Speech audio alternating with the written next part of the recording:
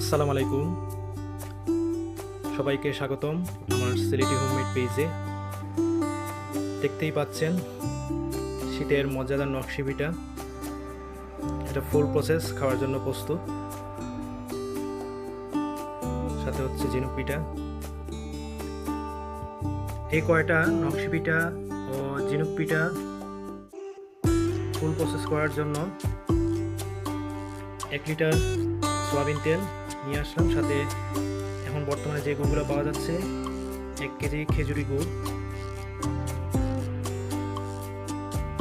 এগুলো দ্বিতীয়বার ভাজা করার পর গুড়ের শিরায় দিয়ে এরকম একটা বক্সে নিয়ে এই নকশি পিঠাগুলো ফুল প্রসেস হয়ে গেছে। সাথে হচ্ছে ঝিনুক পিঠা। তো আমি একটু দেখাতে চাচ্ছি যে এটা হাফ প্রসেস। এই হচ্ছে যেটা নিয়ে আসছি আমি কাকুর কাছ থেকে। তারপরে এই আনার পর এটাকে ভাজা হচ্ছে।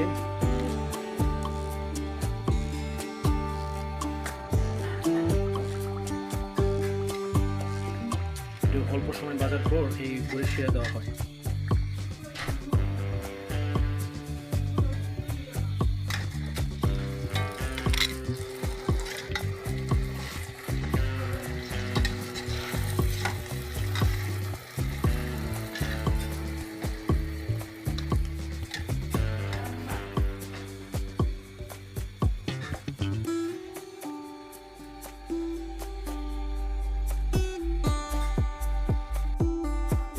অবশেষে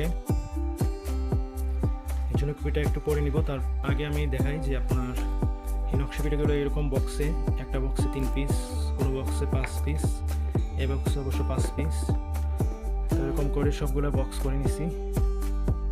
শীতে নকশি পিঠার চাহিদাটাই অনেক বেশি। সবাইকে অসংখ্য ধন্যবাদ ভিডিওটি দেখার জন্য। ভালো থাকবেন, সুস্থ থাকবেন। আল্লাহ হাফিজ।